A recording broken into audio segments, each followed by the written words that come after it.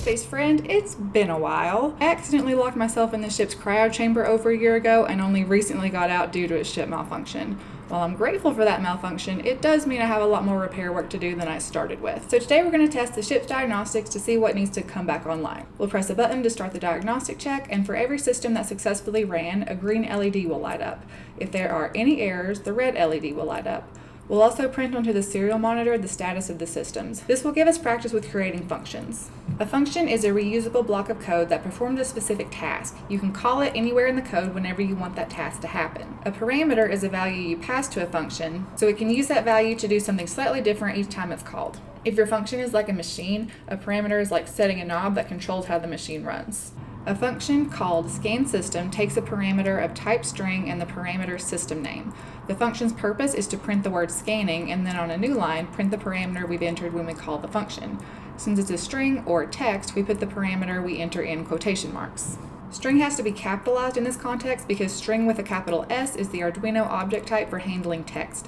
If we use a lowercase s, we'll get a compiler error because lowercase string isn't recognized in Arduino unless you include the C++ standard library, which Arduino doesn't use by default.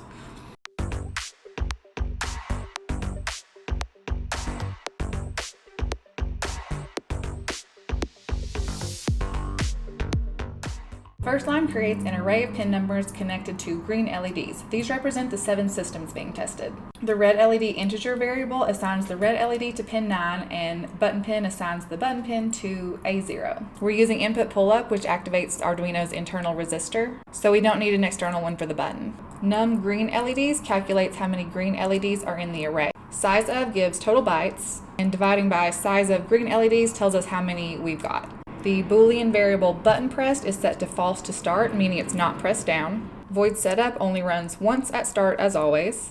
This for int I equals 0 section is a really common type of for loop, which is a way to repeat a block of code without having to copy and paste it and do it over and over again. Basically initializing something and then while X is happening, do this. Int I equals 0 is just initializing I as 0. I traditionally stands for index or iterator. This part is our loop counter, basically start at the first LED in the list. I is less than number of green LEDs. Tells the loop to keep running as long as I is less than the number of green LEDs that we specified earlier. I++ increases I by 1 at the end of each loop, so it moves on to the next LED.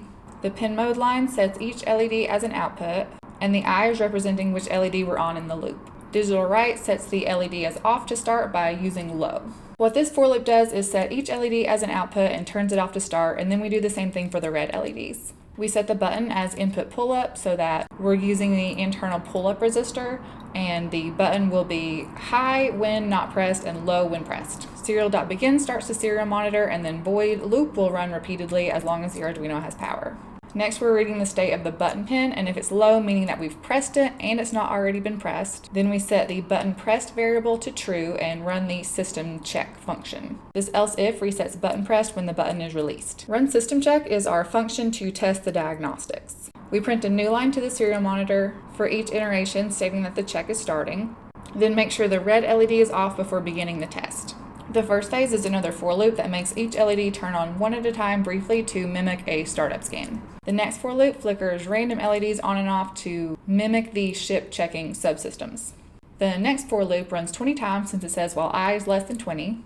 Index equals random number of green LEDs, picks a number between 0 and the number of green LEDs minus 1, so we get a random LED every time. Digital write turns on that randomly chosen LED. Delay keeps the LED on for 60 milliseconds. Then digital write turns the LED back off and waits 30 milliseconds before moving on to the next blink. Delay 300 causes the code to pause for 300 milliseconds before doing anything else. Then for each green LED, generate a random number between 0 and 99, and if it's less than 25, this simulates a system failure with a 25% probability. Digital write low and system failure equals true makes the failed LED stay off, and then it prints to the serial monitor that it was a failure. The else block states that otherwise, if it doesn't fail, then the LED will turn on, and then OK will be printed to the serial monitor. This if statement for system failure states that if any system fails, this LED, the red LED, will blink 6 times and then stay on permanently to indicate a failure. We delay for 5 seconds so that the light stays visible before resetting. Then we turn off all the LEDs so that the system is ready for the next test. Diagnostic test time.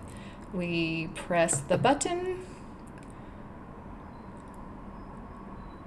and 2 of our systems have failed. Not surprising with the way my space pirate life has gone so far. Run it one more time. LEDs do what they're supposed to do. 2 systems failed again. Red LED blinks, stays red, all good.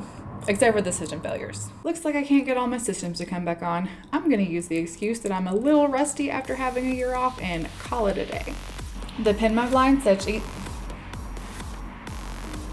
traffic! Space traffic, I mean.